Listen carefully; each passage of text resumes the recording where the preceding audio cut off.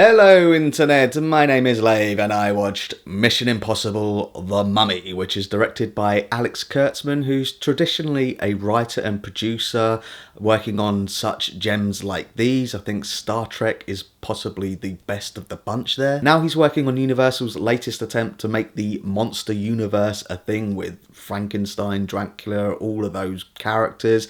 Now they've rebranded it the Dark Universe. At the beginning of the film they have a Dark Universe title card which looks like a production company title card. It's really weird. This time around, Sofia Boutella plays Armonette, a princess in ancient Egypt whose royal rights are put under threat when her father remarries and has a son, so she goes a bit murderous and makes a deal with the Egyptian god of death. She then gets mummified and put into a tomb, which is years later discovered by an army sergeant called Nick Morton, played by Tom Cruise.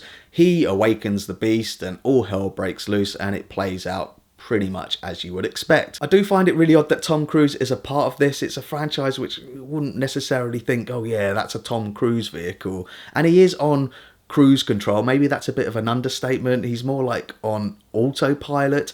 Don't get me wrong, you get all of the action stunts that Tom Cruise is known for and they're executed very well, but I do get the impression that it's just failed concepts which he didn't do for Mission Impossible, so he's like, oh, I'll just do it in this. He does have a comic relief sidekick character played by Jake Johnson, who's famous for New Girl, which didn't really work for me. I think they're trying to pay homage to An American Werewolf in London, but it really fell flat for me, much like the rest of the jokes and the humour in this film. Annabelle Wallis plays the Egyptian expert and the love interest to Tom Cruise's character. Didn't really buy her as an Egyptian expert, and I didn't buy the romance between her and Tom Cruise, but she does throw herself into all of the action and stunts, and a large part of her role is literally giving exposition, explaining and translating all of the Egyptian words. The other part of that is designated to Russell Crowe, who turns up as a character. I'm not going to spoil who he is, but he has got a dual performance in it.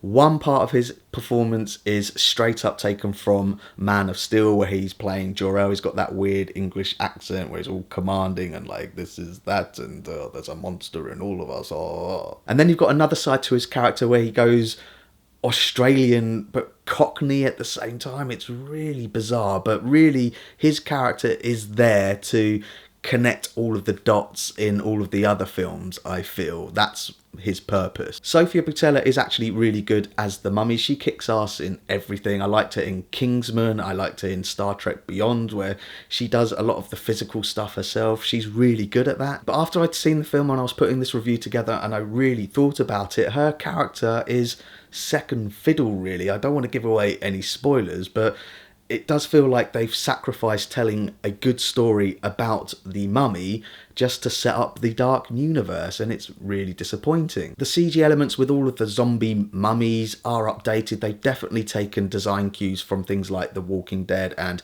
World War Z, but there were certain aspects which didn't really look all that different from the Brendan Fraser Mummy films. If they're going to make this monster cinematic universe work, they've got to get the tone of the films right. This one feels like a Tom Cruise action film with horror elements in it and fantasy adventure elements in it, parts of which I liked, but it doesn't really mesh for me. So that's my thoughts on The Mummy, and pause the video if you want to take a closer look at my enjoyment tracker now. As you can see, I was reasonably entertained, but then we just kept going from one action set piece on to another action set piece, and as I say, it's all very well executed, but I genuinely would like to see a straight up serious horror take on The Mummy. Certain elements of this film really reminded me of World War Z, and I think if they get the tone more like a World War Z film where it's absolutely serious and genuinely horrifying, I think this franchise could possibly work. But obviously the aim is to get as many bums on seats as possible, so they make it more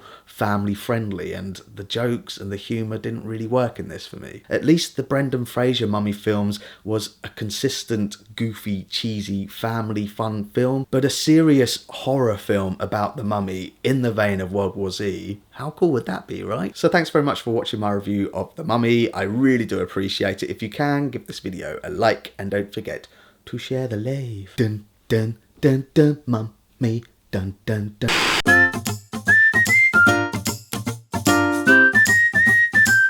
subscribe.